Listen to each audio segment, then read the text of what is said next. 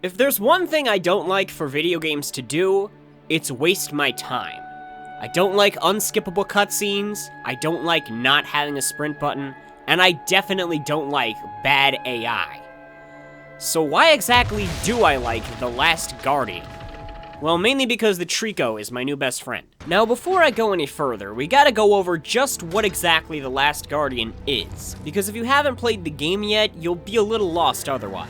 You play as a young, unnamed boy who wakes up in an ancient destroyed city next to a giant dog bird named Trico, who quickly becomes both his best ally and his worst adversary as they both try and escape. I say that because while you definitely need the Trico to bring you across giant gaps or take out all the evil suits of armor trying to drag you into the ominous door, you don't really have any control over him aside from issuing basic, crude commands, which he completely ignores like 80% of the time. I think it's important to acknowledge that I've never played the classic title Eco, so the only reputable Fumito Ueda game that I'm familiar with is Shadow of the Colossus, which I purchased about a year ago and only just now finally finished because its atrocious AI blocked me from progressing. So when I found out there was a second game that was impossible to beat because of the AI, I knew I had to get it.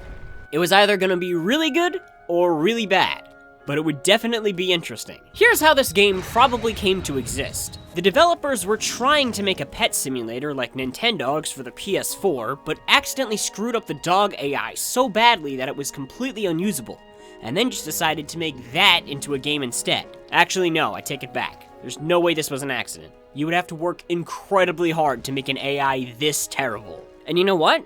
It's great.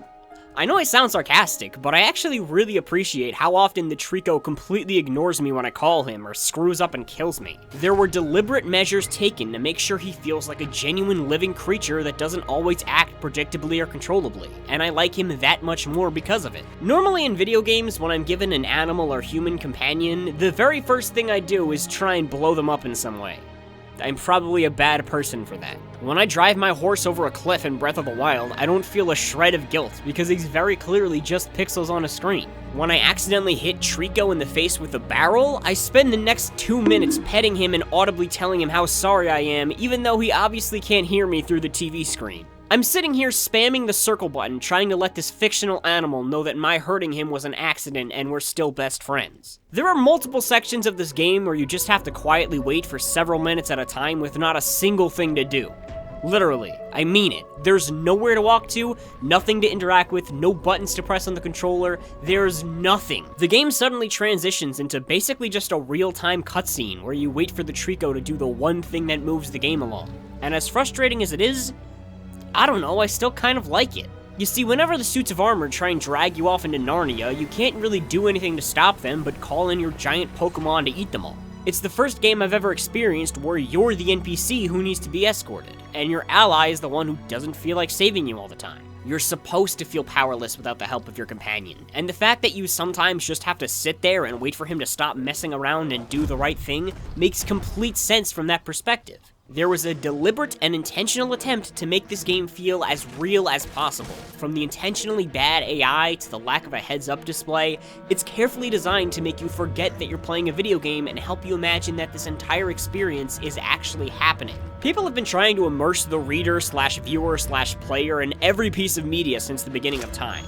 But I'm not exaggerating when I say that this is probably one of the most successful attempts at doing it in human history. One of the established rules of this game is that Trico will absolutely never walk past these giant stained glass windows with eyes on them, and it's up to the boy to find a means of either smashing them to pieces or pushing them out of sight to calm him down. It's not a request, it's not a suggestion, it's what will always happen every time. Koopas will always run if you take away their shells. Creepers will always blow up if they get too close. And Tricos will always freeze in place when they see stained glass eyes. There are certain rules in place with every puzzle game that makes them work. If turrets didn't always combust every time you knocked into them, or if doors weren't always locked until you found the key, the puzzles wouldn't be puzzles and the games wouldn't be fun. Rules are integral to making puzzle games entertaining.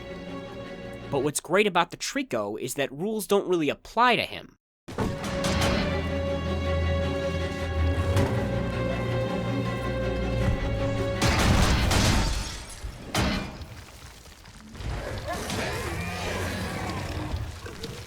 This is what finally sold me on The Last Guardian.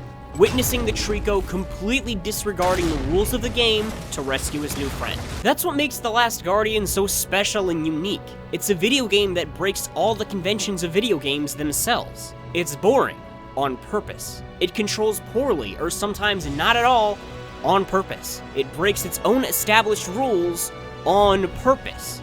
In all my years of playing games, I've never seen anything flying in the face of its own medium like this. And by doing so, it made me feel for a character in a way that could only be accomplished within the context of said medium. If you haven't played it yet, put your whole life on hold until you do.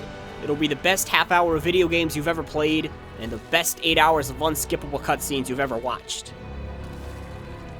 Oh yeah, and the platforming and puzzles are awesome and stuff. 5 out of 5.